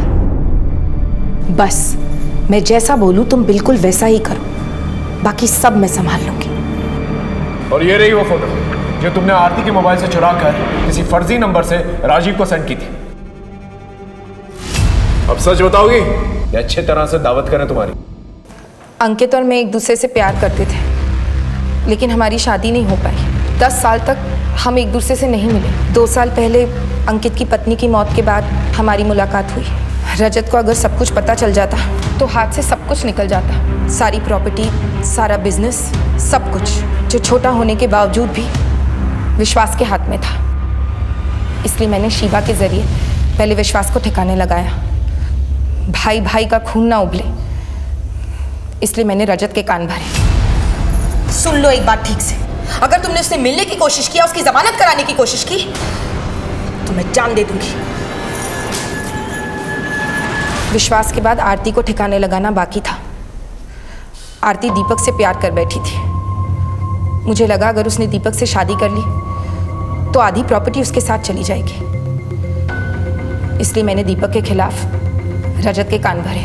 तुम्हारा खून भले ही सफेद हो गया हो, लेकिन बाबूजी के मरते वक्त मैंने उनसे वादा किया था कि इज्जत से ब्याहूंगी आरती को किसी अच्छे घर में, किसी भी उठाए गहरे से शादी हरगिज नहीं होने दूंगी। फिर मैंने आरती की शादी अंकित के साथ तय कर दी, ताकि मैं जिंदगी भर अंकित के साथ रह सकूं। सब कुछ तो तुम्हारे प्लान के मुताबिक चल रहा था, तो मर्डर क्यों किया? विश्वास जेल में था और आरती की शादी अंकित से हो चुकी थी, लेकिन जिसे मैं मरा मान चुकी थी वो दीपक बुझा नहीं था। आरती पढ़ी लिखी लड़की थी। मुझे लगा अगर उसने भागकर दीपक से शादी कर ली तो कानून की मदद से वो प्रॉपर्टी भी ले लेगी और अंकित से डिवोर्स भी। इसलिए मैंने राजीव को सुपारी दी दीपक को मारने के लिए। राजीव मुझे काम की तलाश में मिला था। आरती को कैसे मारा? दीपक का खतरा टला नहीं था और अंकित भी आरती की तरफ झुक गया था, उससे प्यार करने लगा था। तो मैंने आरती को ही मारने का प्लान बना लिया। मुझे समझ आ गया था कि जो करना है मुझे ही करना है, और आरती की बगावत ने मुझे रास्ता दिखाया। कहाँ से आ रही हो? तुमसे मतलब? पता है लोग क्या क्या कहते हैं तुम्हारी बच्चा लेने के बारे में? बुआ हूं मैं तेरी, ऐसे बात करेगा? आरती के लिए रोहन की नफरत को मैंने भांप लिया था। अगर तेरी बुआ घर से भाग गई ना, तो शर्म के कारण हमारा घर से निकलना मुश्किल हो जाएगा। अब एक ही रास्ता है, तेरी बुआ को मारना होगा। मेरा आइडिया काम कर गया। मैंने सोचा कि कोई रोहन पर शक नहीं करेगा, और अगर रोहन पकड़ा भी गया तो नाबालिग होने के कारण 2-3 साल में छूट जाएगा। अपने बच्चे के फ्यूचर को हमेशा के लिए बर्बाद करके रख दिया और सारी जिंदगी जेल में सड़। अपना रौब, अपना दबदबा और अपनी मन की इच्छा ने सीमा से कई अपराध करवा दिए। आरती से अंकित की बेमेल शादी ये एक दस्तक थी जो रजत ने नहीं पहचानी। अगर अंकित की थोड़ी सी भी इंक्वायरी कर ली जाती तो शायद मामला कुछ और होता। उसी तरह से विश्वास पे लगाया गया झूठा रेप केस ये भी एक दस्तक थी। परिवार में कद्र, कीमत और पावर अच्छे कामों से मिलते हैं, अपराध से नहीं। फिर मिलेंगे एक नए केस के साथ। तब तक देखते रहिए क्राइम पेट्रोल दस्तक। मकसद बताना नहीं, बचाना है। क्राइम पेट्रोल के और भी दिलचस्प कहानी देखने के लिए हमारे चैनल को सब्सक्राइब करें और बेल आइकॉन दबाना न भूलें।